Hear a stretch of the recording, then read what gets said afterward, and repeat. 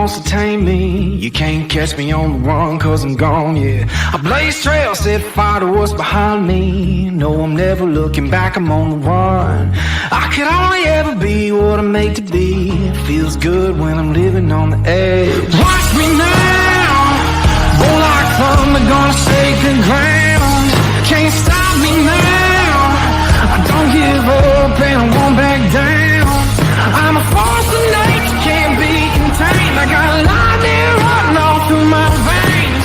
Watch me now, watch me now.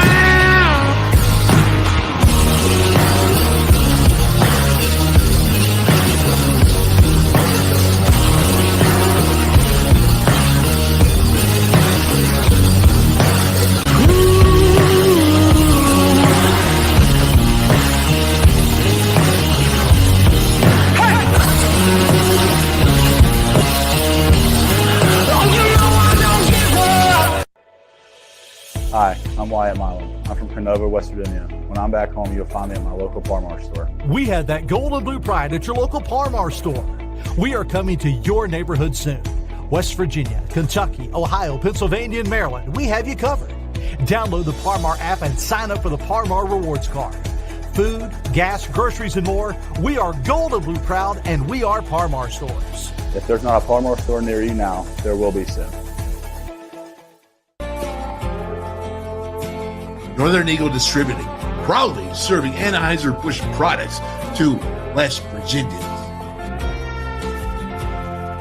On September 2nd, for the WVU versus Penn State football game, the WolfMan's Call is going to be going live for a pregame at the Pallet Bar in Scott Depot, West Virginia. There'll be 3 ways to watch this. One in person at the Pallet Bar starting at 5 o'clock, and the broadcast will go at 6. Or you can watch it from the WolfMan's Call Network at one of the fine establishments. Or also you can watch it at the Voice of College Football. That's West Virginia's Voice of College Football. If your place, your favorite place, doesn't have it and you want to watch it, tell that proprietor. Go ahead and sign up for the WolfMan's Call Network at wolfmanscall@gmail.com. Again, that's wolfmanscall@gmail.com or at West Virginia VOCFB. You're not going to want to miss the action, and it's all coming to you from the WolfMan's Call. Phil Breakdown, baby. September 2nd, starting at 6 o'clock. Get signed up. Boom! Coach Neal was here, which is always neat. Appreciate him being here, and had a group of guys here that he was able to sit with. I didn't get to visit with them because we had a lot going on, so I apologize on that. But it was good to see him. And hello and welcome to the WolfMan's Call. It's Tuesday. It's August 22nd, and we're getting it every day and day closer, getting fired up. Really excited about this, and you can't blame us because we're Mountaineer fans. We have all these hopes going into this season, and just really excited about that. Now, you just saw a clip from Neal Brown in his press conference yesterday, because we always tell the truth here at the WolfMan's Call. And Doc Bezos was on the show yesterday, and we brought up the fact that, hey, there's no acknowledgement there except by Ren Baker, the athletic director. And did not go over well at that point. Not a big deal, just didn't go over well. It didn't sit well. And Neal Brown, again, he went ahead, and what did he do? He apologized. So, good enough. Sounded like he apologized. He has stuff to do, so there's no doubt about it, and that's okay. At least he acknowledged it. So we give credit where credit is due, but don't ever forget, donors are never more important, at least in appearance. Okay, let's say not that they're not more important donors because they're going to run the money, but you don't want to ever have that look like an appearance than former players that built that ship, built that rock. Okay, that's all I'm going to say with that. And, it's nothing good. I just want to get it out of the way because we're going to have a lot to do today. I have today a tape from Tom Bradley, defensive coordinator for over half his years at Penn State, 33 years. He was defensive coordinator at UCLA. He was assistant head coach here at Dana Hogerson at WVU. He was interim coach when Joe Paterno retired and he got Penn State to that tough time. He was the guy. He's always the guy. Well, he is going to be on today, and we're going to go ahead and get him up here in a second. And I taped that. And first of all, I'm hoping we have Mike Dunlap here. Now, Mike is a guy I want to bring on here. I'm hoping that it looks like he's good right now, that he's backstage. But Mike is a guy that has been getting dialysis for the last 4 years, I think, 3 years, that he's getting it 4 times a week and 4 hours at a time. And we've just been sitting there. He's a brother. He's a Mountaineer brother. And he needed a kidney, and a guy that I put it on a video, he was a hometown hero in Charleston for the good works that he did. And so we've been just trying with Daryl Talley and again, the brotherhood of Mountaineer football. Well, Mike is finally a kidney came up, and blessed as he was to receive that kidney, he went and found out through this whole transplant process that he has some heart issues with his valves and needs open heart surgery. So we've started this GoFundMe campaign. And with all that being said, I want to bring Mike on here so y'all get to know him, because guy, he ran the College Football Foundation Hall of Fame for West Virginia chapter. He's done a lot, always doing something for somebody, and a true Mountaineer. Mikey, are you there, buddy? Hello. I'm here, Dale. Thank you. Yeah, man. How you doing, bro? Well, I tell you, it's been an ordeal, man. It really has. This is the 24th will be a month I've been in the hospital. Oh, a month. Wow. Have you had any, you got your kidney transplant. How is that reacting? Actually, the best way I can put that in perspective, Dale, is by numbers. Mm-hmm. And the first number I'm going to tell you is called creatinine. And creatine, and the nominal number is 1.3. Mine was 8 before surgery. Today it was 1.3, so it's perfect. BUN, optimum number is 25. Mine was 90. Today it was 31. And maybe the most important one is kidney function. Mine was 0, absolute 0, and today it's 71. 60 being the optimum number. So. Knock on wood, it's been a good deal. The kidney's 40 years old. So I've had no setbacks with the kidney, but they did find out I need heart surgery. So yeah, rain support. Hey, listen, brother, but you know what you are, man? You're a doggone warrior, man. And you always have been. And that's why I wanted to bring you on this show to come on here and talk about it, because I know that as much as you've been through, how much you've helped people, you're still up there fighting. You're still caring about being a Mountaineer, man. And, that's why I wanted to do this GoFundMe and get the Mountaineer Brotherhood there. I know you're trying to raise $10,000. You're at $3,000, close to $3,000 now, but we got to do more, right? Yeah, it's really for the, for example, I'm going to be making multiple trips to Cleveland. This last trip was over $3,000. Hotel rooms, food, incidental stuff like that. So it has drained us financially. Yeah. And I hate to ask, but at the same point, I think I've done a lot for people in the past, and so maybe it's my turn. And I've had a great support. Great support from Mountaineers, Dave O'Black, Daryl Prue, guys like that. Of course, Daryl Talley. Daryl came to see me in the hospital in Cleveland, and that was a hoot, man. You know how he is. Can you tell that? Can you tell that? Can you tell that story or no? Well, nothing major. Just he was funny. He called me one day and he said, "I'm going to bring you a corned beef sandwich." I said, "Daryl, I can't. I cannot." At that time, Dale, I could not even turn over in bed. I was weak as a kitten. It's a very strict diet. He said, "I'm bringing it anyway." I said, "Daryl, you cannot do it." So I got to thinking about it, and I asked the doctor. I was craving watermelon because I couldn't eat very much of it while I was on dialysis. So I called him back and said, hey, he brought me 2 pieces of watermelon and a bag of cherries. And, first class guy, deserves to be in Canton, but a great friend. Yeah, and you're part of that whole campaign that I've kind of started working with you guys about for in Canton, Ohio. Darryl Talley, he's been in the NFL Hall of Fame. But what a buddy, what a friend, shows up right there. You're in the Cleveland Clinic, man. And as you can see here, Mike, I don't know if you can see on the screen here, but we got you here in the hospital bed, looking perky, because your numbers are looking good. All right, but we got to get you funded here, brother, because I know you got some stuff to do. Got to get some bills to pay. So go ahead, QR code that, people. QR, it takes you right to the GoFundMe page. It's GoFundMe. Y'all know how it works, and it's for a great cause. It's for Mike Dunlap. He's a brother. Before I get you off here, Mike, let's talk a little bit, because I know you're so much into football. Let's talk a little bit about this WVU Mountaineer team. And what do you see? What do you feel following what Neal Brown has been saying in the press conference, coming off of last year? A team that struggled and finished 5-7. They did win the last games. Yeah, I've never personally met Neal Brown, and I've knew every coach back to Jim Carlin, believe it or not. Yeah. But the feeling I get is, first of all, I can't believe how incredibly hard it would be to build a team now. It wasn't like when you and I were kids. Guys leaving, coming, whatever.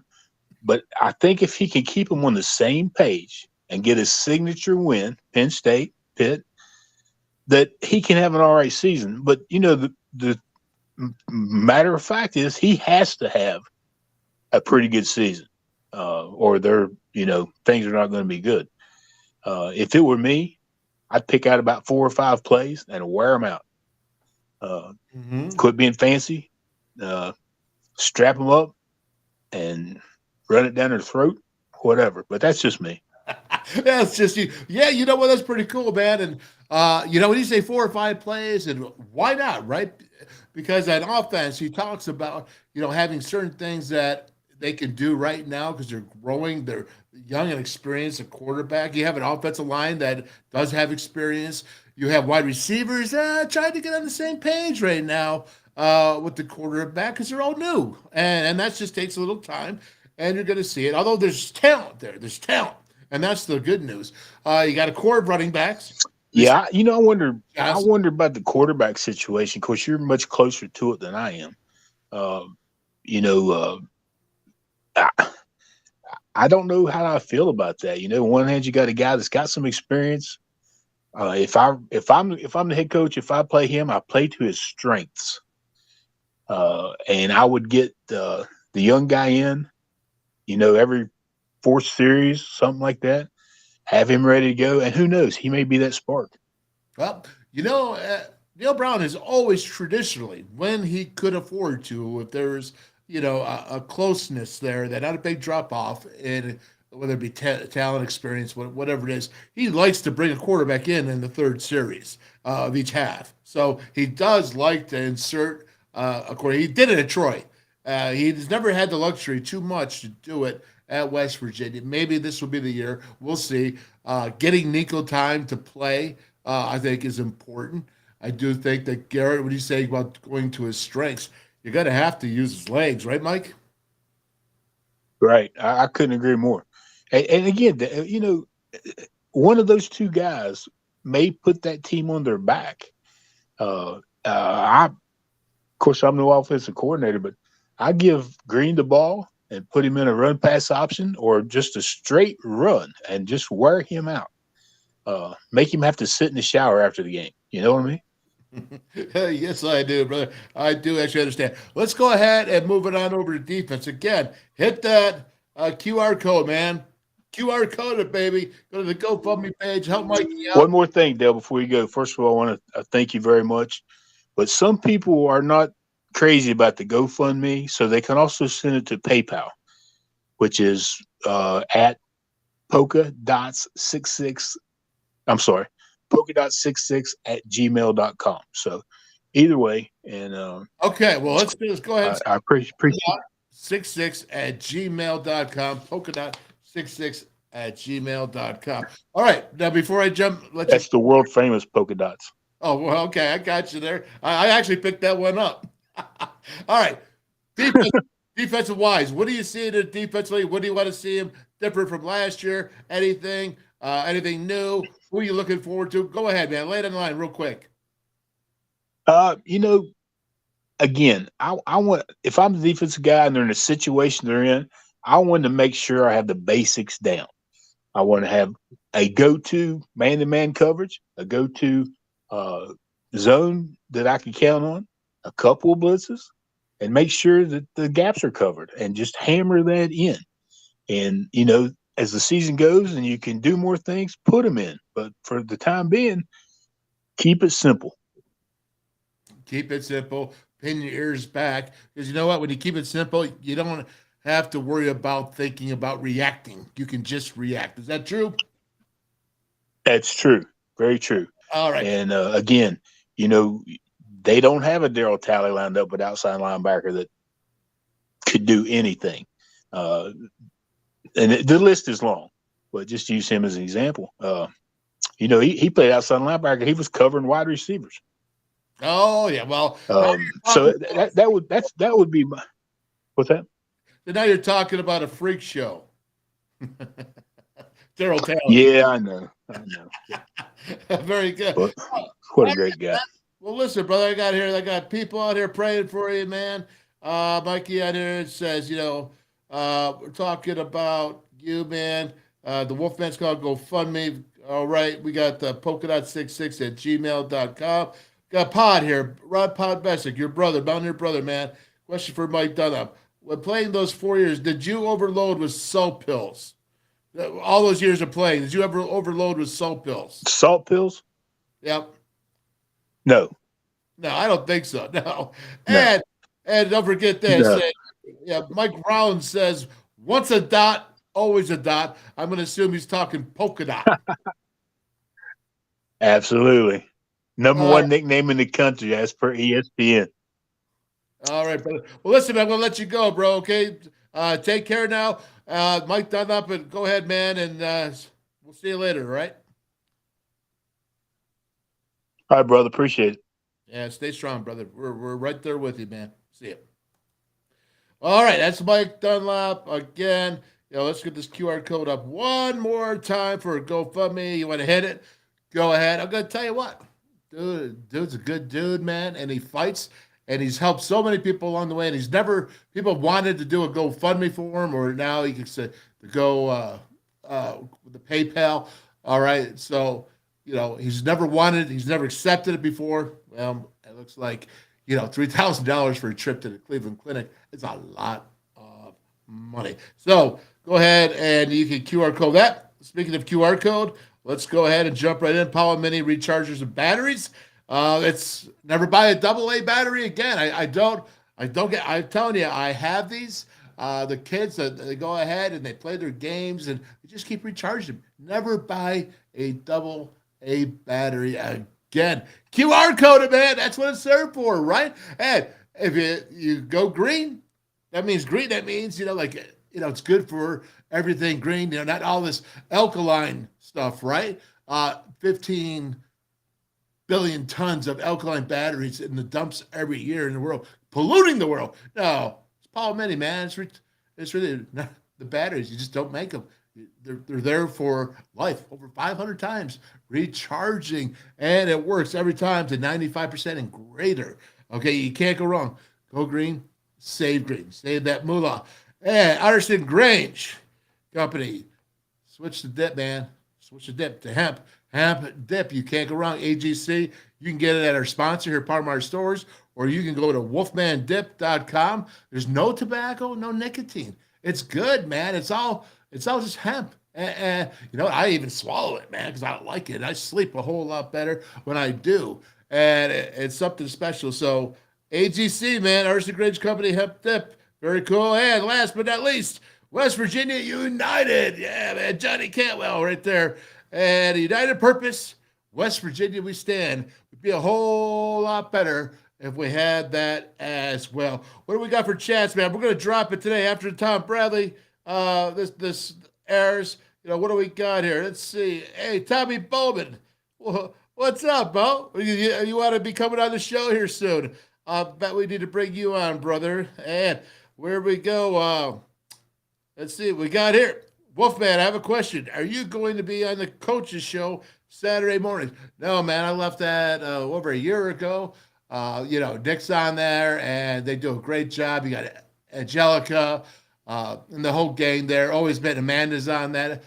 Tony's on that. So I know you missed me, but you got it right here, man. I'm doing all the film breakdown right now. So there's no issues with that because you got it here. Wolfman's Call, but we sure do love my fellow comrades there, and it was good. It was good for the 10 years. The 10 years on that TV show, it was good. Let's see, Kelly McCord, what do you got, brother? Yep, go Mountaineers, beat Penn State. Yep, there you go. And what do we got next? Hey, Wolf, nice to see the great running back watching. Tom Bowman. Now, listen, he was a captain as well there with my brother Ronnie, and it goes way back. This goes way, way back, man. And then you have here, yep. All right, Mike Rollins, praise the Lord. That's right for Mikey. All right. And Kelly, of course, great news. I know you know that, Kelly. You know what it's like, brother. All right, we're going to keep on going down the line. Now, what I am going to do there, Keith Hawkins. Oh, Hawkeye. This guy's, all right, hang in there, Big Mike. Yeah, Keith was there too back when they announced Daryl Talley. We started talking about, we want to try to raise awareness that the king of West Virginia, in my mind, King T, all right, should be in the Hall of Fame, NFL Hall of Fame. He's in the College Hall of Fame. He's in, obviously, WVU Hall of Fame, but he needs to be in the NFL Hall of Fame. Just so you know, in his 12 years, he never missed one game. Now, one game, he missed a game, and he's all-time leading tackler for the Buffalo Bills. The numbers equate out to HOF, NFL. That's for sure. All right. Now, listen, I got this interview that we did here with Coach Tom Bradley, 33 years at Penn State. Man, was something small. He started as a graduate assistant, and he stayed there for 33 years with Coach Joe Paterno and the staff. And he's a fantastic man. And when it all went down and they had to have the transition, he was there. Special guy and very good. He's also came to WVU. He's assistant head coach Dana Holgerson. Then he went and missed the defensive coordinating, so he went back and was out there with UCLA Bruins for a couple of years, and then he finished up his last of his coaching years, 3 years with the Steelers and coaching the DBs there. And so let's go ahead and get started. Now this starts a little bit weird. Let's make sure I got this right. There we go. Oh, all right. Hang on a second. Let me make sure I got it. There we go. Let's get this off here. The hide. Woo. Yep. All right, here we go. Years with Penn State, all the way up from a graduate assistant coach to defensive coordinator for most of those years, and then on to interim coach, getting him through the situation, the transfer. And then, of course, he came to WVU. As assistant head coach, Dana Holgerson, moved on to UCLA for a couple of years as defensive coordinator, and then finished up your coaching as far as right now with the Steelers in the secondary there for 3 years. So obviously you have a lot going on. You're current broadcaster for Penn State. You get to do a show with former coach Jay Paterno, Jay the son of Joe, and you're also on ESPN Radio 970 in Pittsburgh, and doing the Pigskin Stew. So you got a lot on your plate, and I know you do other stuff as well for the public. But, did I capture it all?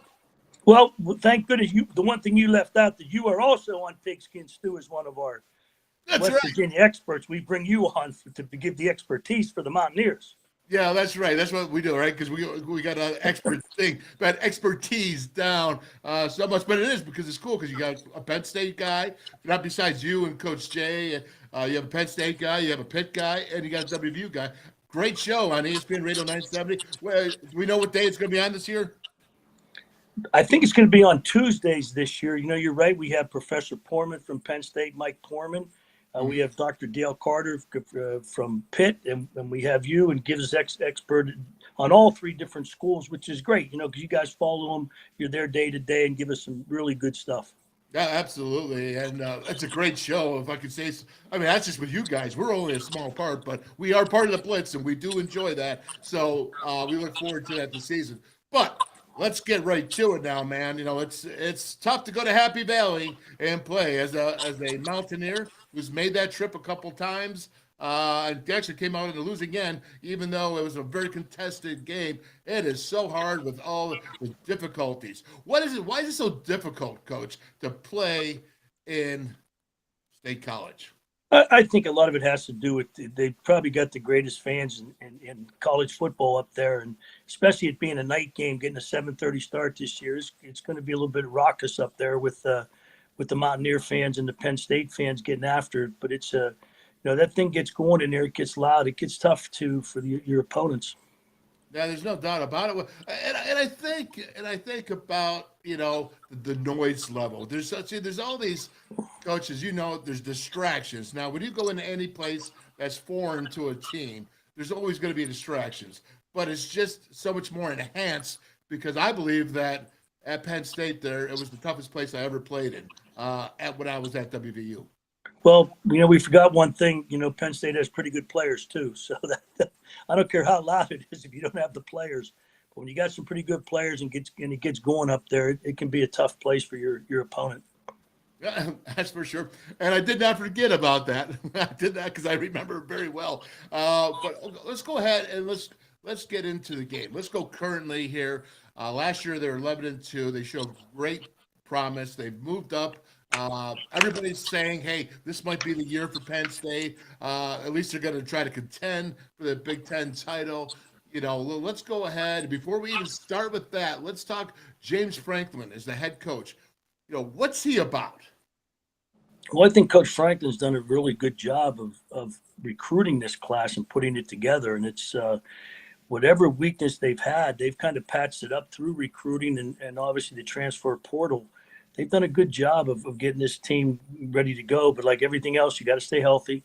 I think that's probably the big thing that they've done is put this team together. Absolutely. So when you go ahead and you look at this offense, and you're going to have a youngin, a true sophomore, because he was a freshman last year, played in 10 games last year, threw 50 balls, nice percentages, 5-star Drew Allard. And you look at this offense, it's got to always start with the quarterback, does it not? True. And one of the great things they did last year that Coach Franklin did and his staff did was they got Drew a lot of work. As you said, Drew's been in 10 games. He's played. This is not going to be foreign to him to be in there playing. And it wasn't all mop-up duty. They got him in early sometimes and got him into it. So that's a big plus for them at quarterback. I think the one thing offensively they've done a really good job, if you look at what they perceive this might be a weakness for them, no longer is. They've got two really strong running backs, very strong running backs, the two young guys, Nick Singleton and Katron Allen. But what they've done, as you know, and you played it, Wolf, is that offensive line. They've really solidified that offensive line.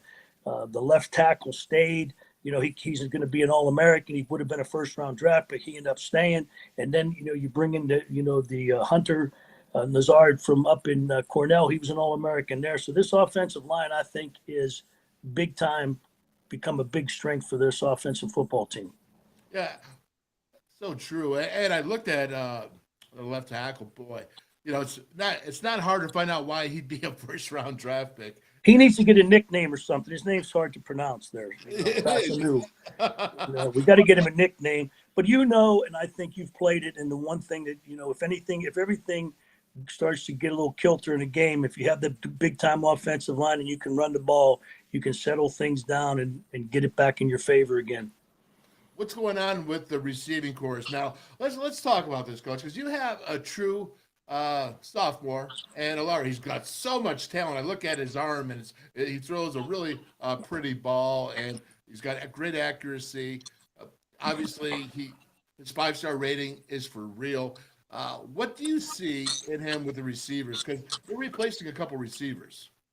Correct. And, they got a transfer, and Dante Cephas came in, and you got Harrison Wallace and Keandre Lambert-Smith, three pretty good wide receivers. The thing I see in Drew, he reminds me a lot. I've been asked that question. He reminds me a lot of Kerry Collins back in the day.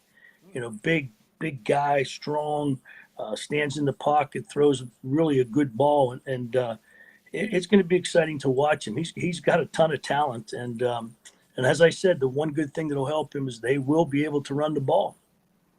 Yeah, they will be for sure. Now we have with them last year. They were 2 freshmen. They were actually the backups after their starter got hurt last year, and they had combined about 2,000 yards. When you think about it, what does that say about them as running backs? And was the offensive line really as good last year as it's projected to be this year? Well, that's a great question because we were the one thing that they had a little problem last year. Those guys were really good and they pounded some big time yardage. But I think the thing that they now feel good about is they can run the ball when they want to run the ball. I'm not sure last year that they could do that every time when things got a little, when you had to slow the game down a little bit, as sometimes the defense needs a break. You know what I mean? Yeah. And but I think this year they'll be able to do it. These guys they're bigger, they're stronger. Their running game should be excellent. And there is no better friend to a quarterback when you get your running game going, as you know. And now the other team's putting 8 guys in that box and makes it easier to throw the ball. Yeah, absolutely. And when you break it down, Coach, and when you say you got to run the ball when you want to, and that has a little bit to do with numbers in the box, does it not? But even when the numbers are not in your favor, you still have to have that running edge, that running mentality to go ahead and be successful when running the ball. Well, I can tell you're an offensive lineman. So you talk about that. Yes. But, you're exactly right. You've got to be able to run the ball when they know you're running the ball. And when you can do that, then you've got yourself a pretty darn good offense. Yeah, there's nothing like forcing your will. And that really goes for both sides of the ball. Because now we're going to actually move over to talk about the talent on the side of the defense. When I'm looking at this, and apparently there's a couple of defensive linemen that would have been involved in the rotation at Penn State that got injured, but it really wasn't the starters. And let's break it down. Let's go from defensive line to backers to secondary, because I think this is what's supposed to be a top 5 defense. We'll find out. We'll all know about it. But let's get your take on it. Well, here it is. You're looking at, I think a lot of it's going to start with their front 4. They're going to be able to get a pass rush with just the 4 down guys. They're not going to have to bring a lot to get action up front. And I think it all starts up front with number 44, Chop Robinson. Excellent talent. You've got Atiza Isaac, the other defensive end. Those 2 defensive ends, as they now, what I call defensive ends, but people call them edges. They're pretty darn good. You got a linebacker, Abdul Carter, the weak linebacker for them, number 11, who's a really talented football player. And then you topped it off with a corner in Kalen King, who's going to be one of the top corners in the country this year. He didn't. He's a guy that has first round talent. So the defense is very solid. It's strong in the secondary. They've got a lot of guys back. Keyshawn Ellis is back again. You got Johnny Dixon back. You got Hardy back. I mean, it's a good group of players up there. And I think the Kobe King's the guy's name you want to remember. Their middle linebacker and Curtis Jacobs. Like I said, it's a very talented defense. Yeah, it seems to be that it's mostly upperclassmen. If not, they have a sophomore too, but they're extremely talented. They're a backer. Let's get it, because this is where you're put on your cap right now, your football coaching cap, and you really kind of surprised me when you said that they're not going to bring much pressure because they have a defensive line, which is an average great thinking when you can do that and not have to commit that extra rusher so you can have the cover while still putting on the pressure. But now you have, it looks to me that Garrett Green, the dude, he's 5'11", he's a scrambler. He's a guy that can create problems with his legs. He's very, very talented with his legs. And if you're Manny Diaz, who's his whole time he's been a gambler, he's liked to bring the pressure. And so now you tell me that you feel like that way. That's really cool. I get it. But how is that going to work out with a guy who likes to bring the pressure? And how do you defend a guy that has great legs to extend plays? Well, it's always back and forth. When I say that, I meant that they're able this year to probably get after it pretty good with just the 4 down guys, which is a nice luxury in playing defensive football Absolutely. Yeah. because you don't have to send the extra guy and leave some of your secondary guys hung out to dry. But they've got a good enough secondary if they have to. If they want to put pressure and lock some people down, I think they have that type of secondary. The one thing that really the guy, offensively for West Virginia, who I think is a heck of a football player, is their center, Zach Frazier. I mean, Right. to me, he's an All-American guy. He is an excellent football player and someone who, if people don't know his name, will certainly know his name after the end of this season. Yeah, that's for sure. So I really want to go. I really want to get into this. If you got a guy who's going to scramble, and I'm not talking about what Manny Diaz do. I'm talking about what Tom Bradley would do. If you got a guy that can hurt you in the running game, and he likes to take off and run in passing down situations anytime. First read is not there. He tends to want to leave the pocket early. How do you stop that? But you got to have rush discipline. A lot of times there's an old saying in defensive football: lanes just aren't for cars. Okay. Everybody's got to know their place and where to be. And if you're going to get out of your lane and do something, hopefully it's going to have a positive outcome, because everybody's going to have to be very disciplined and making sure that they keep him in the pocket, because that's the one thing that he really can do. And you hit it on the head. He can get going. He's got good legs. Garrett's got really, he can do that to you. So it's something they'll have to be disciplined about. Now, if you're the DC, are you putting a spy on him right away, or never, or you're just going to wait and see? No, I'm not going to put a spy on him right away. I think what you're going to do is really just be, emphasize the discipline in your rush lanes. Everybody up front, keeping them in the pocket, condensing the pocket, and making sure that you keep them there. Is there any theory of containing in the pocket instead of trying to get sacks and trying to create disruption, or just forming a defensive half circle in the rushing lanes, as you say, and hold those hands up? Because it all works, Wolf, as you know. Sometimes, sometimes you beat somebody. Sometimes it's just the pressure condenses the pocket, and the secondary does a great job. You get that coverage pressure. So there's a lot of different ways to do it. That's not to say they won't take shots, to try to make that happen. But I'm sure they'll be very selective with him. Okay, and just continuing along with that, because I think college football has really lost a lot of its gap integrity. And by that, I also mean outside contain. With all the crazy stuff they're doing, they're either TFLs that they get as a defense, or they give up 5 or more. That's my whole new philosophy. I think of this new age defense that they're doing. And whether I'm right or wrong doesn't matter, but is contain a big deal in this game for those defensive ends for Penn State? Yeah, that's what there's no question. I believe it is. I think that's one of the things. I know he's rushed for a lot of yards. He's a talented guy. He can move with those legs. So it's going to be a point of emphasis. But then again, you don't want to slow your guys down from not being aggressive and going to make plays. Absolutely. All right. So then let's go ahead. How do you see this game of defending Garrett Green from a defensive perspective before we move to the offensive? Well, I think from a defensive perspective, it's just basically what we did talk about. You want to get pressure, you want to condense the pocket, you want to keep him in the pocket. He's dangerous when he gets outside of that. So I think you're going to have, rush lane integrity. You're going to take your shots when necessary, when you want to bring 5, want to bring 6, however you want to play the game. But it's going to be, a lot of it's going to depend on, what the score is at the time and, what the situation is, how you're going to make your defensive calls. Right. All right. So let's move into the running game, because supposedly West Virginia has a good offensive line this year, and you have Wyatt Milam at left tackle, who is a Big 12 notable. I think he'll be first team. And you have Doug Nestor at right tackle, and you have some guards, Thomas Remack at left guard, who's very talented, a young guy, very talented. And I think you got 2 guys that can play right guard there at least sufficiently, adequately. So they have a running game. They got some really good running backs, C.J. Donaldson being number 1 of them. And so when you go ahead and you add that in, and Garrett Green can pull the ball, do the read zones, do all that right there, they got to make effective of that. West Virginia's not been able to do that for a number of years. They can do that now. And how do you defend that? in the run game because to me is I want to shut down the running game. And that includes Garrett Green. And I'm going to try to go ahead and make Garrett Green beat me passing because he hasn't a lot of experience and he hasn't proven that he can win throwing the ball.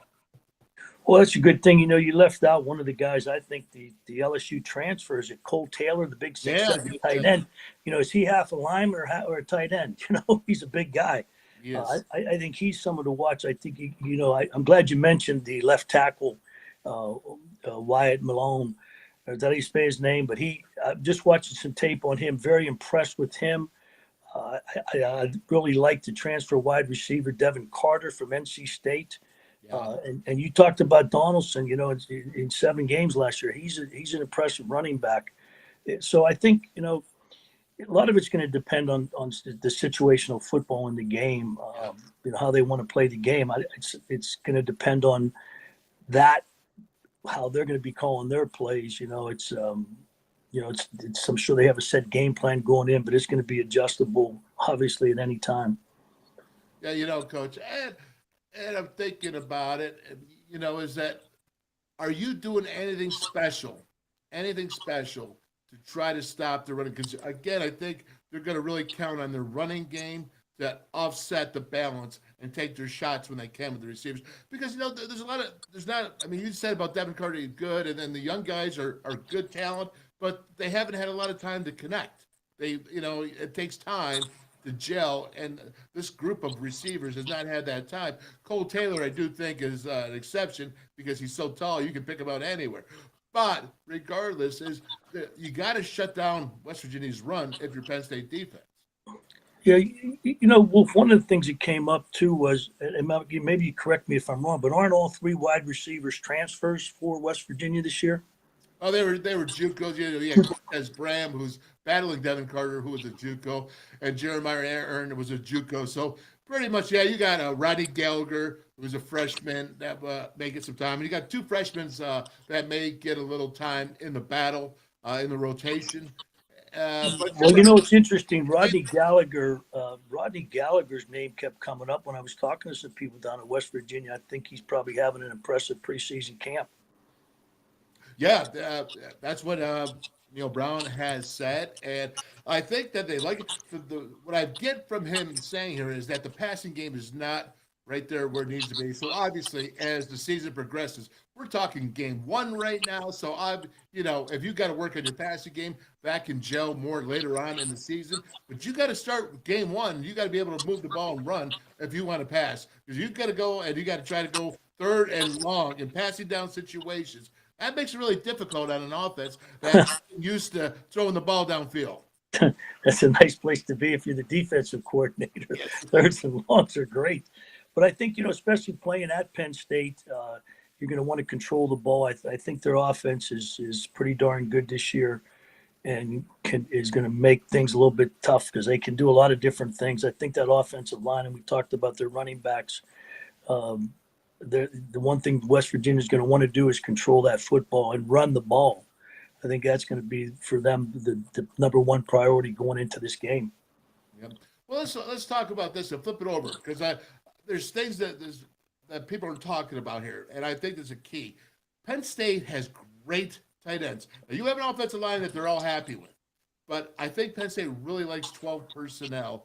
And Coach, how do you defend 12 personnel? Now you're on West Virginia's side, and you're there, and you got these dudes that are tight ends. You got extra gaps now in the box because of the tight ends, and they can catch the ball as well. I mean, you might have one of the best tight ends in the country right there. So, again, how do you go ahead and defend 12 personnel against a team that knows how to work the 12 personnel? Geez, I didn't know you were going to make me work this hard today, Wolf. I think the thing you said it, Penn State got the good tight ends. You got Theo Johnson, you got Tyler Warren. Okay, they've got a couple of really big time tight ends. The interesting thing to me that's happened in football now, it's not only 12 personnel, which, as you know, is 2 tight ends, 1 back. A lot of people are now going to 13 personnel, and then you're making your substitutions, and all of a sudden, then they spread you out, right? Yeah. These guys can play. They can play in space too. It's not like the old days when they were just big bodies in there. These guys are good receivers too, and I think that creates a lot of problems for people when you can do that, because I substitute my bigger people, and then oh boy, and all of a sudden they're all out in space somewhere, and I've got people playing in space that just aren't comfortable out there in space. So that's where the chess match is. And a lot of it will be decided by obviously scoring down and distance and where you are in the football game.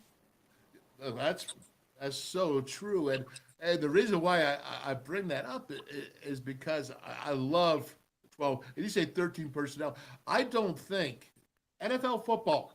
Yes, college football has still yet to really fulfill the potential of what a tight end can do in the game. Some schools, let's go Dalton Kincaid, first round draft pick for the Bills this year, at 80 some catches, or for Utah.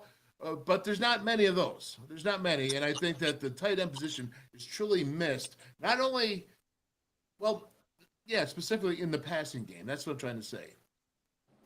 Well, it's interesting. I think as the college football is evolving, you're starting to see a lot better tight end play, because it's a position that really has created a lot of conflict for people, because you have some guys, you take the success that the Steelers have had with Pat Frymuth from Penn State. Pat's a guy who can be an inline tight end. You can flex him out.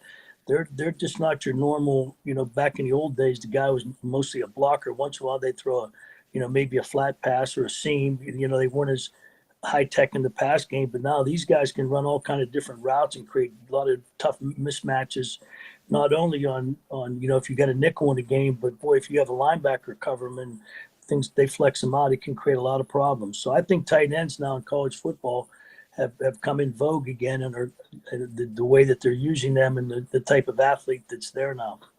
Yeah, I think the more they see in the NFL, the success, I think it's going to grow. But I've been pumping on that. So that means only means one thing. We have to bring back the fullback. The fullback needs to breathe again. And the ISO coach. Bring back the ISO. Boy, the ISO is the thing of the past right now. But it's interesting, because even those fullbacks now a lot of those guys are really half tight ends too. Mm-hmm. They can line up on the line, they can flex them out, they can do a lot of different things. So, your days of what 21 personnel used to be, I think, are gone. I think now, because what you can get into all the different configurations based on that fullback who's half a tight end too, half a wide, who knows what they are. The skills for those guys is completely different too. Yeah, that's so true. And okay, so when but nobody even lists the fullback in their roster. If you look at the depth, it's always 11 personnel. They never. You don't see many where they actually list a fullback.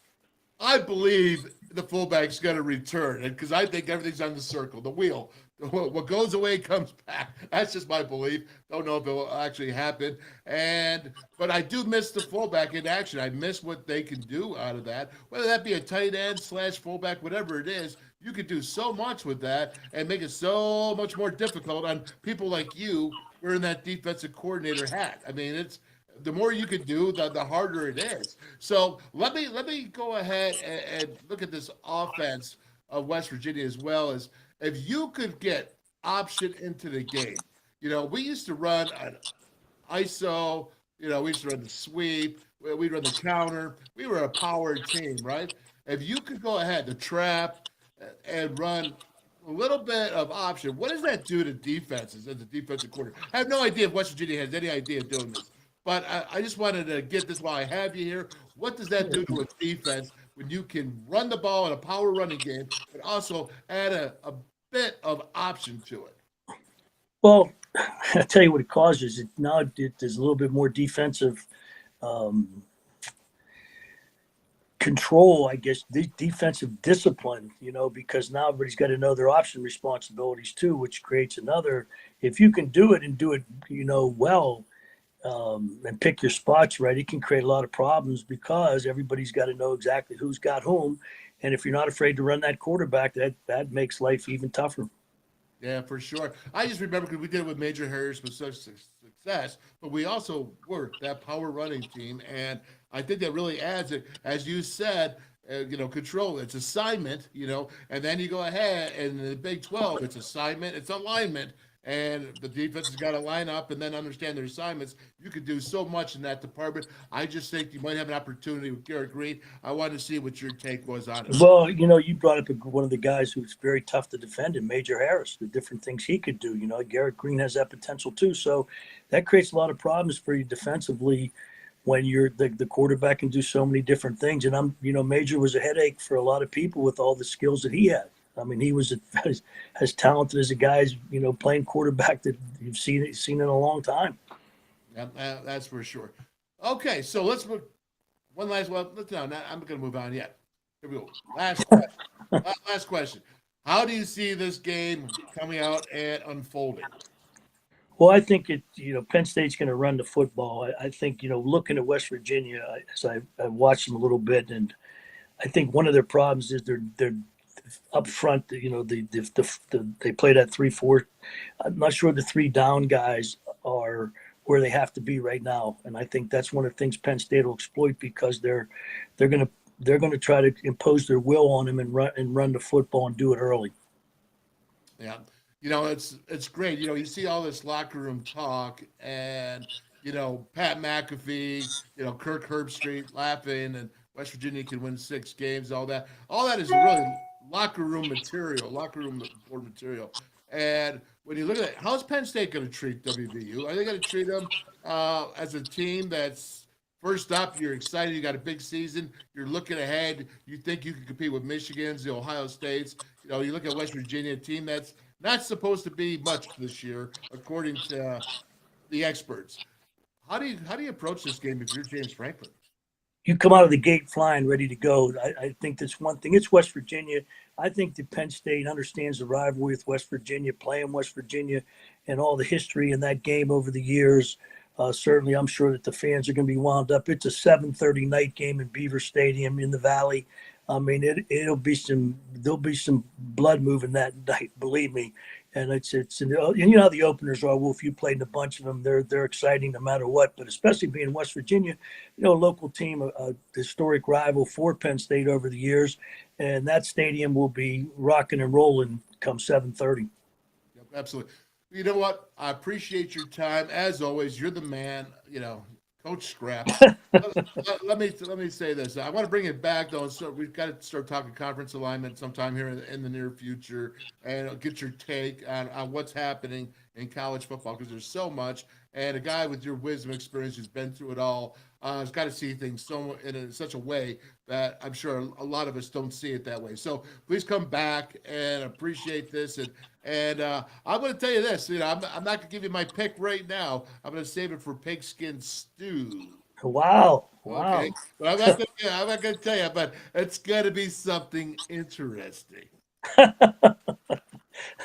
The show's always interesting with you, Wolf. Come on, it's every week. Hey, I'll tell you, as once a player said at West Virginia, they only brought me in here for something to look at. All right. All right, Coach. God bless you, man. Thanks for your time, and we appreciate you. Thank you very much. Have a nice day. Yep, you too. All right. Oh boy, I'll tell you, Coach Tom Bradley, the wisdom. It's just you sit there. And he recruited me back in the day and, got to know him through the years. And I hate to say years and years but it has been quite a few. But I did take that right turn. Instead of going to Penn State, I was heading south. Going to Penn State, left from Buffalo, New York. I went right there. I ended up in Morgantown. And one of the great things in my life was making that right turn for sure. But, boy, I respect the heck out of Tom Bradley. And we're going to have him back on this show. I think he'd be a great addition. I'm doing the Pigskin Stew show with him, as you heard from the Pitt. They got the Penn State guys, and you got Coach, former coach, still call him Coach. I mean, once a coach, always a coach. Jay Paterno, who's just a pretty intelligent, cerebral, because he coached 16 years in the quarterbacks. And there's just a lot of wealth in there, a lot of talent. And talking to Coach, I really want to point out the things that I think really is surprising and to the point. And I'm going to go ahead and I dropped the link for everybody out there. If you want to come on, you got to go ahead and you can jump on. All right, Kenny, get your shirt on if you're going to come on, though. That's the only thing I'm going to say. All right? Just kidding. Well, not really, but you know what I'm talking about. Listen, so he's saying here is the offensive line. He really thinks the Penn State offensive line is going to be trouble for the defensive line, which will then affect the linebackers. And then you go ahead, as I talked about, adding in that 12 personnel, those two tight ends. Penn State has excellent tight ends. Like when you look at this right now, and I'm thinking is the running game, and you have those fellas there, the running back, Allen. I mean, they got 2,000 yards rushing. They were both freshmen last year. Their offensive line is what they really think that they've improved. And so when you're looking at the strategies, you got to know this is really going to be a game of winning the line of scrimmage. And that's really going to be on both sides because, you're trying to win. Obviously, the strength of WVU is what? The offensive line, right? The strength of that is the offensive line, the running game. And if you're going to start out with a running quarterback, I don't care if Nico's in there. Nico can run really well too. I don't know what y'all think about, but I know he can. So, but regardless, is you got to have that quarterback. He's got to be involved in the running game. He's got to commit that extra defender that has to go into the box to defend. And the offensive line, and then you have the running backs, obviously, as well. I mean, you're talking, we're going to do a little bit of Neal Brown here in a second in his press conference yesterday, but you're talking about, Justin Jump Cut Johnson, Triple J, right? Or you can say Justin Jr., whatever one you want, but he's Triple J. But he's been the most consistent. Now, you're taking a C.J. Donaldson, who to me, I think he's like 240 or something, high 230s, low 240s. That's a man. That's a man now. I mean, that's not a child, man-child as he was last year. No, that's just a pure man. So the offensive line, the tight end, you're talking about Cole Taylor from LSU, the transfer. And you're talking about Traylon Davis from Ohio. I think he's a redshirt sophomore now. And so we're going to do our own two tight ends. And I'm going to tell you what they can't do. And last year, there was too much of the split zone or the guard H, being the guard and tackle, pulling counter, because teams knew it. So when you see the Neal Brown saying, hey, he's going to change this stuff up, and then you have Chad Scott as the offensive coordinator, it is so important. But Garrett Green, the quarterback position, has to be a huge factor. It has to be a threat to take it around the edge. Remember that Oklahoma game when Skylar Howard was playing? Now, West Virginia guy took it on the chin that game. But I remember when Skylar came around and did the zone, and he ran 50 yards against the Sooners in Oklahoma at, the Palace on the Prairie, and it's probably been kind of that long since we've had a quarterback that can really pull it. I mean, Will Greer's, he's not going to pull it much. And, Deggy, Kendo, all those guys were not going to pull it. I mean, I prayed for them to pull it. I remember the one time Deggy pulled it. I was on a goal line. And that dude from Baylor, I think it was Baylor, he just ran right for the running back, and Deggy walked in. I'm thinking, my golly, man, if we could make more of that. But regardless, Garrett Green, Nico Marchio, they can do that. So it doesn't matter what quarterback's in there because they both can be that threat. Now, what I'm surprised about, as I said in that interview from Coach Bradley, he said that, hey, they have the 4 defensive linemen. Well, they can cause a lot of pressure problems for sure. There's no doubt about it. But I think when you have a guy like Garrett Green, if you shut down the run, that's what you're going to try to do as Manny D as the defensive coordinator. But I think you got to bring a little bit of heat just so you confuse a young quarterback. And you try to make him, I mean, that's all that Bill Belichick, and I think that Coach Bradley's being a little nice to us on the thing because I believe that, you got to go ahead and disrupt. And so I think there's going to have to be runs, as we should get the running game established, but you're going to have some short, quick passes for Garrett Green. Okay? He's not going to be great in the pocket against the pass rush of Penn State. I don't think. All right, I'm saying, is this what I'm anticipating? So what do you got to do? You got to go to his strengths. And so if it's that screens, slants, how about the fade? He can throw a fade ball, over the top. It's 3 steps, boom. Go ahead and do it. So there are things you can do with Garrett Green, and if you're with that, you gotta sit there and drop him back in the pocket against 4 tough defensive pass rush, and then they're bringing some heat and backers. And the other thing too is thought it was really interesting. I said, "Do you spy Garrett Green?" And he's like, "No, you don't spy him yet. You know when you spy him? When he hurts you." I think that's what he was getting at. If he hurts you, you're not going to start off spying him. So again, that's to the advantage of West Virginia. And I think I think that's what the defense is going to do. But then you got to go ahead and think about how the Mountaineer defense is going to go ahead and play this offense. Now, Drew Allard, all right, we're talking about, he is a big 6'5", good-looking young dude for a quarterback. You like it. But he's not terribly immobile, but he's not a running quarterback. He's not a running quarterback. Now, I'm not sure about his pocket presence. That has nothing to do with running quarterback.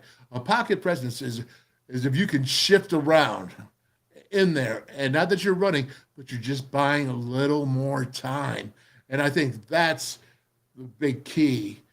What I think that with Drew Allard, the Mountaineers going to have to put some pressure on him because he's a big man, but he's not that runner. And this offensive line, that's what worries me. 2 tight ends worries me on this defense. 2 tight ends. This defense is not deep. It does not have 2 deep, in my opinion, ready to go at Penn State. All right. Does not have it. Now we're going to talk here, Neal Brown. We're going to get at it. Is there anyone here that wants to go ahead? I'm looking at this. Mike Rounds, W must spread the offense and not play to Penn State's strength. Well, yeah, okay, but they can run too, Mike. So they can run. Understand that. They have, he said, Kalen King, the number 1 cornerback out there. They got linebackers. They have juniors and seniors, and they're top 5 defense. But that's okay. I mean, I understand your point. And you know what? It's a lot easier to run the read zone when you got guys spread out and out there on the perimeter instead of having all in the box. Let me see. To the degree, when you win in the trenches, you normally win the game. Yes, that is true. When you win in the trenches, you do normally win the game, unless you got a quarterback. Like if we go back to the West Virginia Baylor game in Dana Holgerson's first year, 70-63, right? I mean, that's kind of a freak game. So, I mean, I don't know how much – I don't think the trenches was a big part of that game. The trenches is going to be a big part of this game. And for reasons that both quarterbacks are young and both quarterbacks don't have a ton of experience.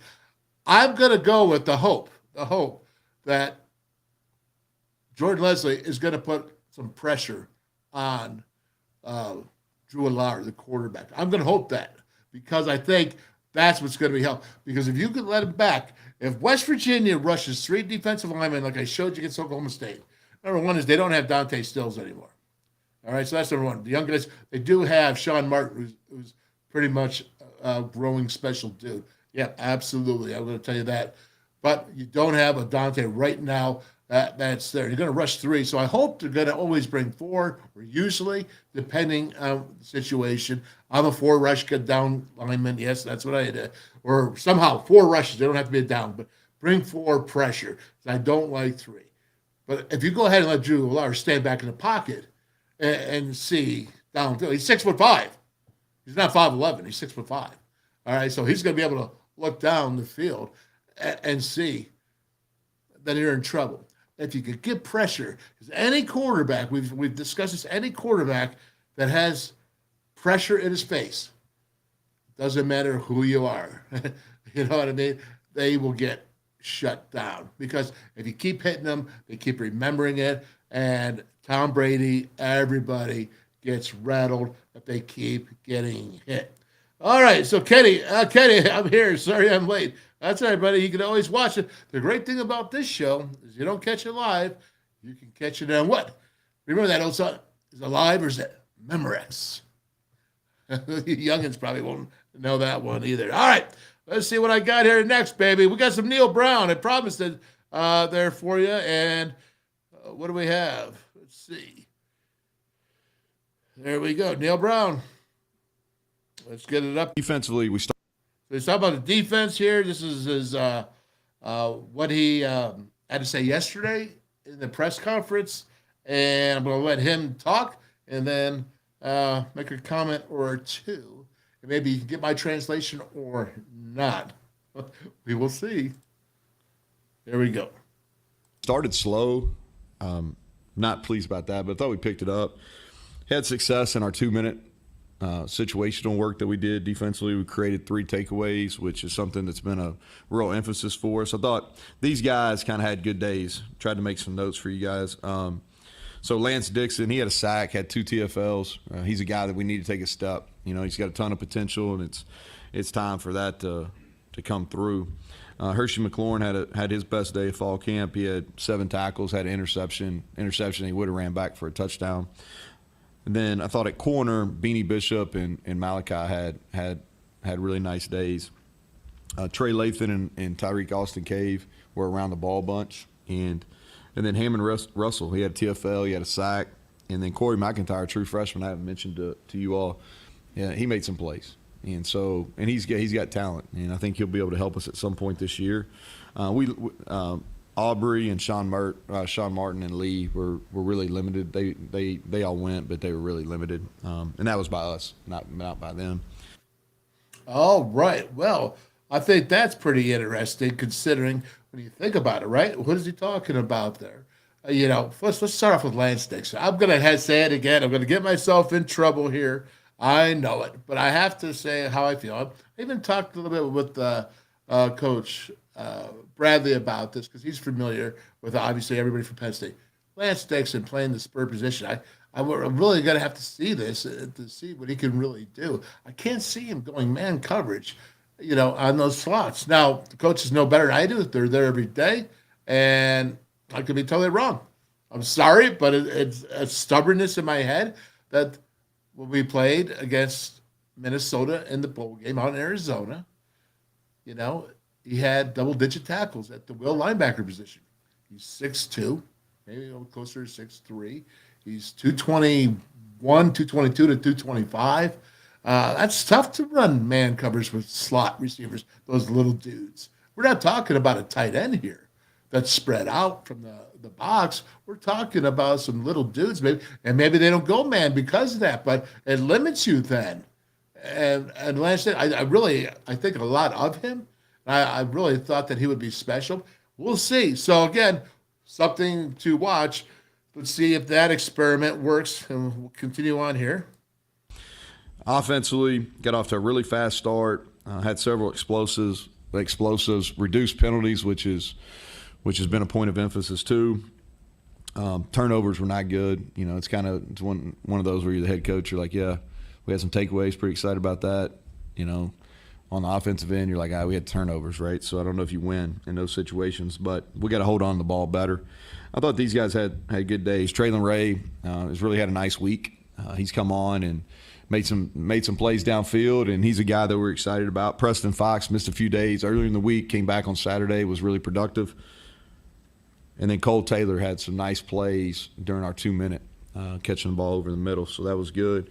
CJ got some live carries, and I think he's in a good spot. Jaheim White continued to have a good camp, and so he'll play this year. O-line, we rotated guys. Dish didn't play our top 5 or 6. We tried to rotate in and out, just trying to mix up some lineups because that's what happens with your offensive line. And I thought they, communication-wise, were really on point. Well, all right. Not bad. When you think about the offense there and talking about, the players, I'm thinking right now that the offense looks pretty good running the ball.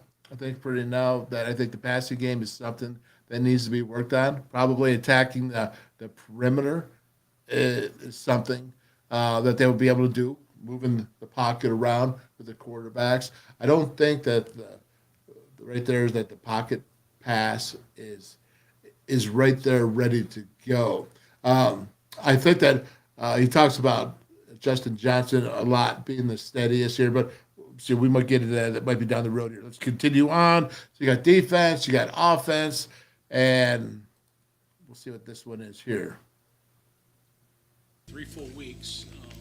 Is the two deep gone from pencil to pen in many places, or where are you in terms of getting that set? No, I've got a really good idea, and I say I, but we've got a really good idea who we're going to play and who will start the game at pretty much every position. There's a couple battles that are still going. You know, will linebacker that's going to carry on. You know, who's going to be the 5-0 lineman, and who's going to be in the group that's going to play. The two deep for receiver is going to continue to go through this week. But there's a couple battles just to see, hey, they're going to be in the rotation, they're not going to be in the rotation, and that's why we're going to, that's one position we want to see. That's why we're going to do some teamwork on Wednesday night. Okay, well that's good. So again, he said the 5 offensive linemen, and we know 4 of them. You know about Wyatt Milam, then you got Nestor there, right tackle, left tackle. Then you have left guard Thomas Remack, young guy, freshman All-American though, really pretty much a stud. Obviously Zach Frazier, and then you're going to look at Jabari, and you're going to look at Brandon Yates, right? And I think those are the two that they're talking about who is going to be in that 5 offensive line rotation. I do think it's important. You can't have 1 weak link. And I don't think that they are. I'm not saying that they are, but I got to see better from both. I'll tell you, he is a very tough guy, and he plays really hard. I think sometimes because he dropped a whole bunch of weight, he lacks a little bit of strength. And Brandon Yates, I think, always had a lot of talent, and I just haven't seen him fulfill what I think he could. There's just something that's been there that's held him back. I mean, he was a redshirt freshman playing left tackle for 2 years, his redshirt freshman sophomore year, I believe. And he still just didn't advance. And, I'm hoping now that he's in that position where he really wants to. Again, what I say about the running, sounds like the running game is in place, but those receivers, that 2 deep competition, I can't believe that they're gelling right now. So they're telling me that they're gelling. It's still work. Still work in progress. And also, let's talk about those 3 turnovers. Yeah, he's right. You're like, yeah, man, great job for the defense. Because how many turnovers did the defense get? They were last year in the Big 12 in turnovers. And so you want to teach that. You want to make that instinctive in them and try to go ahead and force that kind of play. But in the offense, you want some good decision making. And I think that Brown said about good decisions and making for the quarterback, which he's going to talk about here. But I don't think it's quite where it needs to be. Let's continue on. I want to know about the quarterback. I know who we're going to play. I know who's going to start. I don't know if we'll share that or not. But yeah, that's been decided. So, we just haven't done anything real formal with it, but I think they have a good understanding. And here's the thing: we got 2 really good quarterbacks. Feel good about both of them. One of them's a little bit further ahead, and that's kind of where it is. I don't know if it really helps us to share a whole lot. It'd be different, but I think the team offensively, especially, has got a good feel for it. Progress of those guys through the fall, you see? Yeah, really going back to January, I think that it's been a progression. And really, I think just as quarterbacks, I think I think there's been a progression leadership-wise. There's been a progression from them feeling comfortable in their own skin, and I think that happens with maturity. There's been a progression of fundamentally being able to take the drills that we do year-round and being able to apply those in some pressure situations. They've worked really hard on knowledge of what we're doing offensively. So, yeah, like I said, I'm comfortable. We got to continue to get better. This isn't like, you don't 2 weeks before your first game say, oh, okay, this is it. This is who we are for the rest of the year. There's Interesting. Obviously, it's a work in progress for both quarterbacks. Yes, there's one right now that appears in the staff's mind, Neal Brown's mind, that is ahead of the other at this point. I will say this: I think for both of them, knowing because he says that they know who the starter is, even though that they haven't announced it. I think everybody else pretty much feels that way the same. But the pressure's off now, and we can start off with Garrett and say, "All right, Garrett, you're in this battle. This young buck was coming up, Nico, this dude with a lot of talent, and you won it in camp. And the 9 months, he just said 9 months previously, so that's really good. And and then Nico, the pressure's off because you're a young buck. You've just been coming in, doing your best to try to run a team when a bunch of older guys are on that offense as well. Certainly, you don't have that type of relationship that Garrett does just for the years that he's been here. So again, and then Neal talks about what is that maybe they play both of them at some point. I go back to the fact that Neal Brown has historically, well, at least at Troy, historically, he wanted his second team quarterback to come in for that third series and a half and to rotate it to change things up. If, they're close enough to do that where it doesn't feel like it would hurt the other or slow down the momentum of the offense. I don't think he's had that with the other quarterbacks that he's had here. I don't believe he's had this option with two quarterbacks that he feels comfortable with. And let's continue on.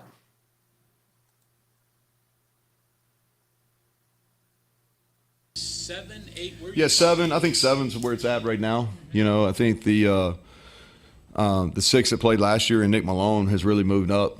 And I wouldn't necessarily, not going 1 through 7 with them, but those are the 7. The 6 played last year, and he would be the 7th. And I think there's competition continuing for that other group. Well, that's pretty good. I got to tell you something. Nick Malone, my son played with him at Morgantown High School. I got to tell you, I'm a bit of a little bit partial to him. I want to see him play. So he got that scholarship. Really good young man. I mean, you look for a teammate.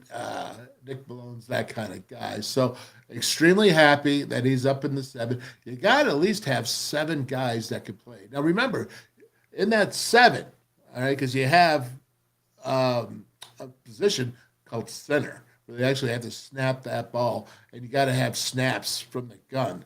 And that's really important. So in that 7, not only do you have to have 7 offensive linemen that are capable, you have to have one more guy that can have a guy on his head, be there on a shade or whatever, straight up, and be able to snap that ball. It's an art in itself, and they're usually a lot closer to the line of scrimmage and to the center on that ball. So again, is when you think about that, you got to have at least 7. You want to have 8.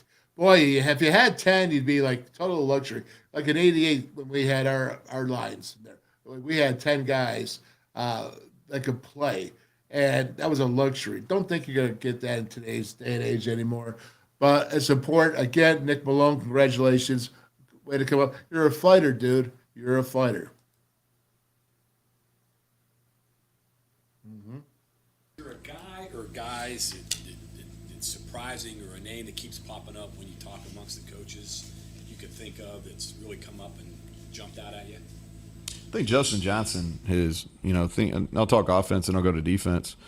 Justin Johnson has been consistent, and he's kind of been through whatever we've had, 15 practices now, just really consistent over the whole time. Got every rep. He's been there every day. And, from the whole standpoint, pass protection, blocking in the run game, catching the ball out of the backfield, all those things, he's been the most consistent in that room. Well, I'll tell you what, I didn't call him and nickname him Triple J for nothing. And it wasn't Justin Johnson Jr. It was Justin Jump Cut Johnson. So nice to see that what he's doing, because he really could be a difference maker. Let's say you have C.J. Donaldson. Everybody's like, yeah, C.J., yeah, I understand it. I get it. I love, great guy, right? And he's got great talent, and he came out of nowhere.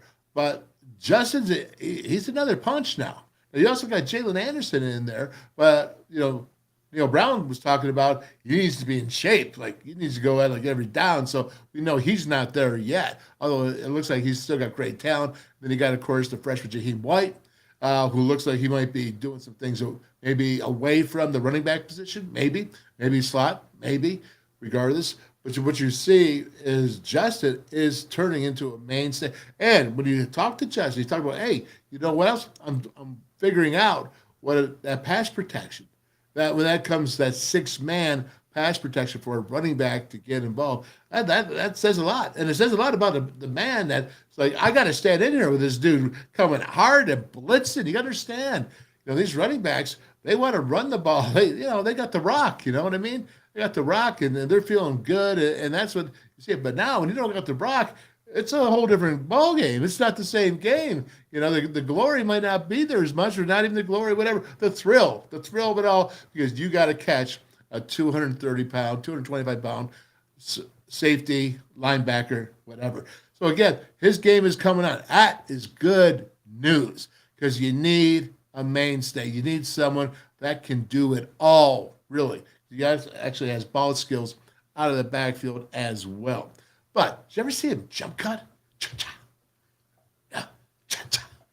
Right? I don't know if it's cha-cha. I don't know if it's the cha-cha because obviously I've never done a jump cut, but that's what it is. Pow, pow, right?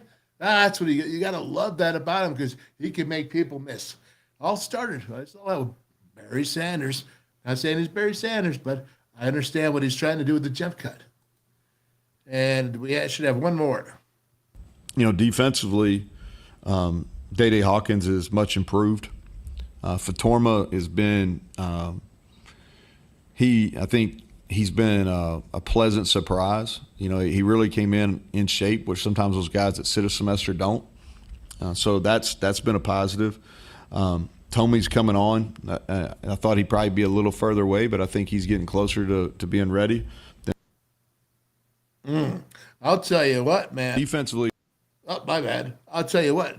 Fatorma, Penn State transfer, that he's in shape. Boy, that's huge, because you got Mike Lockhart in there, man. There's not a lot of depth going on. You got Eddie Vestinarian in there, and the interior defense line. You got John Thornton in there. So, I mean, you have there, but you don't have a ton. So, for him to be there, to be able for use and in a rotational way, that is pretty exciting to me, because you're going to need it. And this first game, you're really going to need it. Did I ever tell you about the first series of you could go all summer camp, and build up, and until you hit that first series of a real game, a real exertion, everything's on fire. Everything, adrenaline is out the yin-yang, right? That first exertion. That's when you catch your breath. After that, you're okay for the season.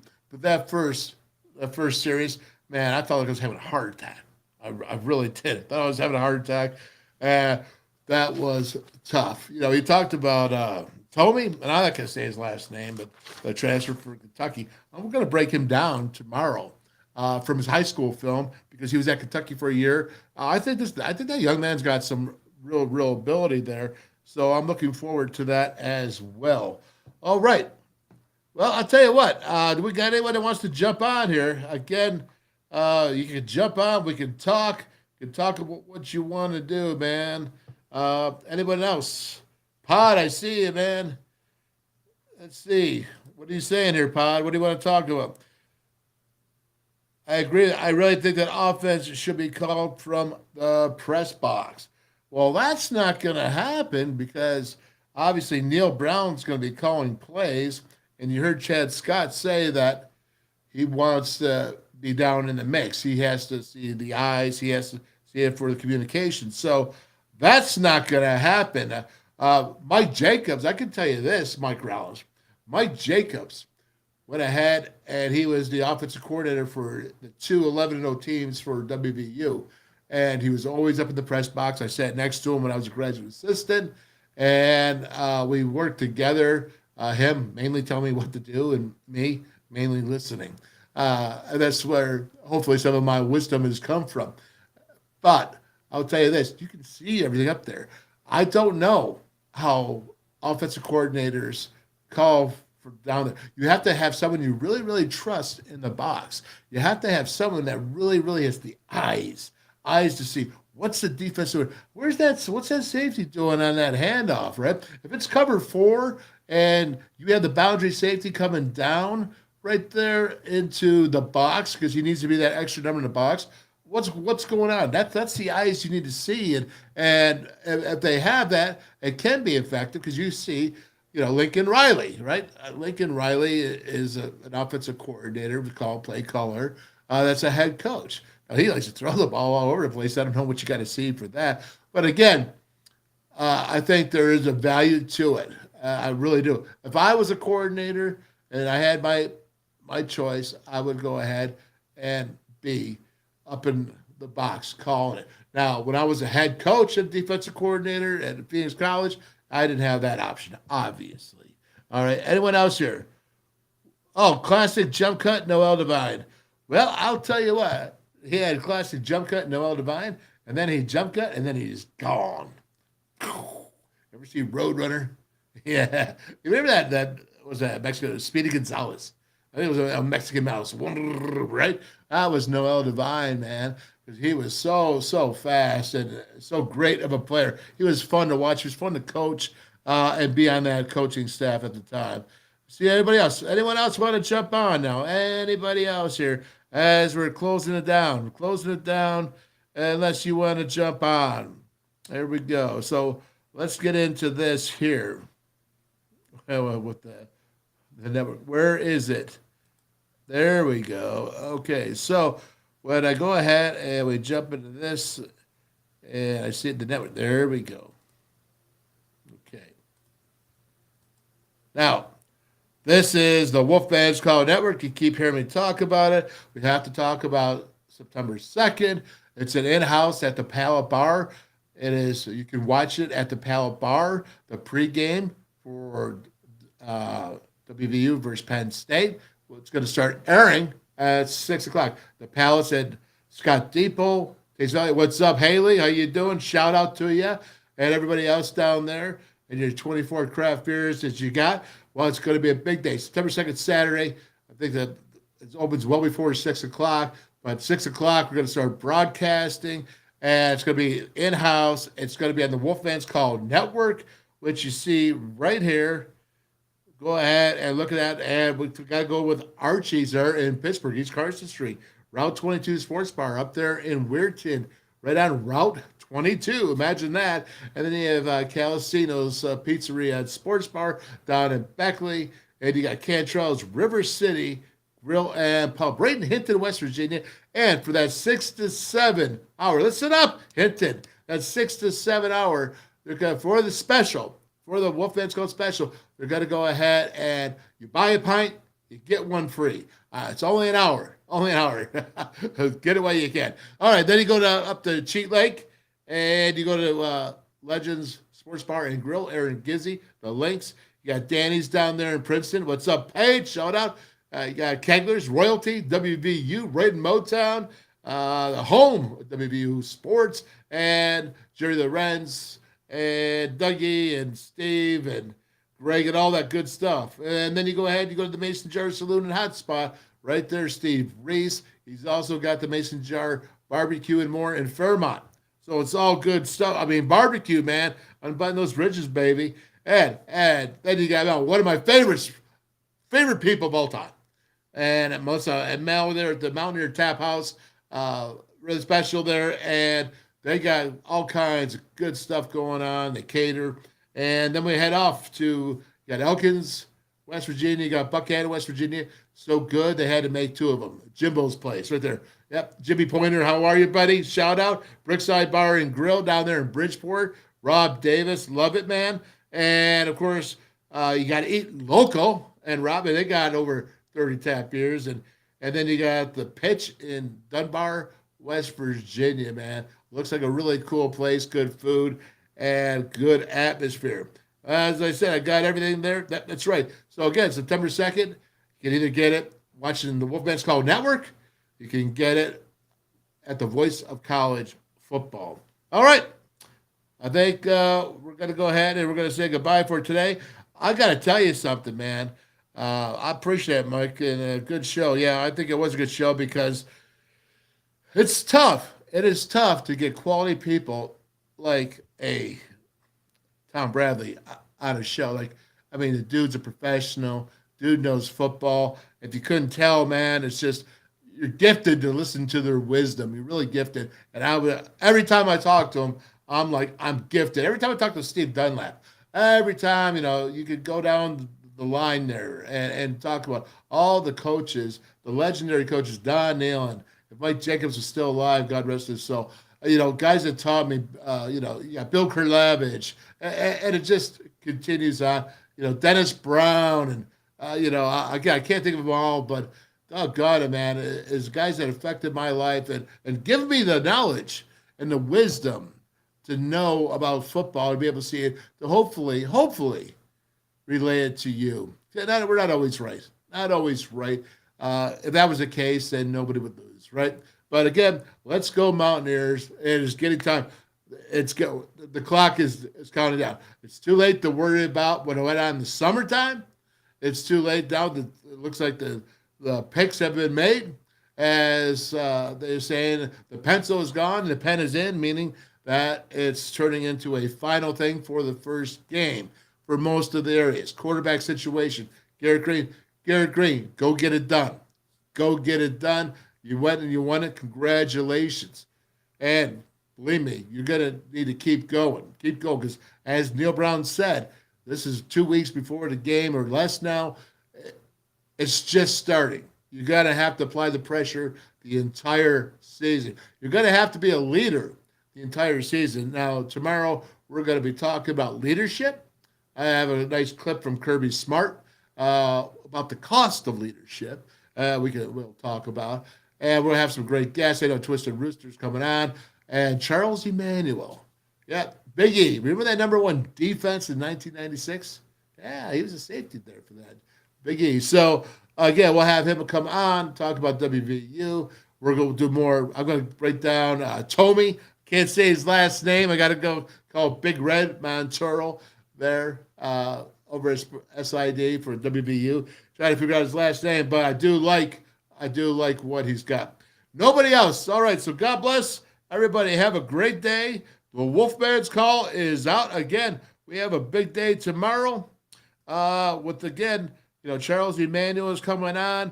You got Twisted Rooster. Going to talk SEC. What's going on with that? And all good things. Mountaineers, baby. Have a great day. Here you go. How about a little bit of ZF? What did I say? ZF? Zach Frazier. Hi, I'm Zach Frazier from Fairmont, and when I'm back home, you'll find me at my local Parmar store. We have that gold and blue pride at your local Parmar store. We are coming to your neighborhood soon. West Virginia, Kentucky, Ohio, Pennsylvania, and Maryland, we have you covered. Download the Parmar app and sign up for the Parmar Rewards Card. Food, gas, groceries, and more, we are gold and blue proud, and we are Parmar stores. If there's not a Parmar store near you now, there will be soon.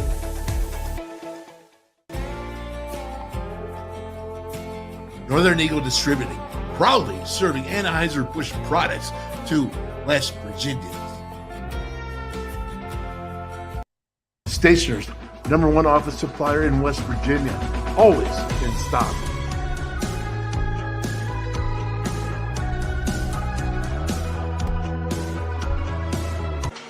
All many, the anywhere, anytime chargers, powering a connected world. Never buy AA batteries again. Rechargeable 500 times plus. Paul Mini AA USB lithium battery, as easy to charge as your cell phone. Sustainable energy. Stay charged. Go green, save green. Feel the power of Paul.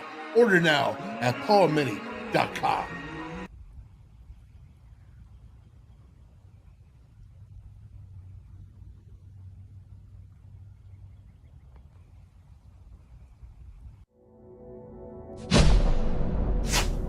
West Virginia United.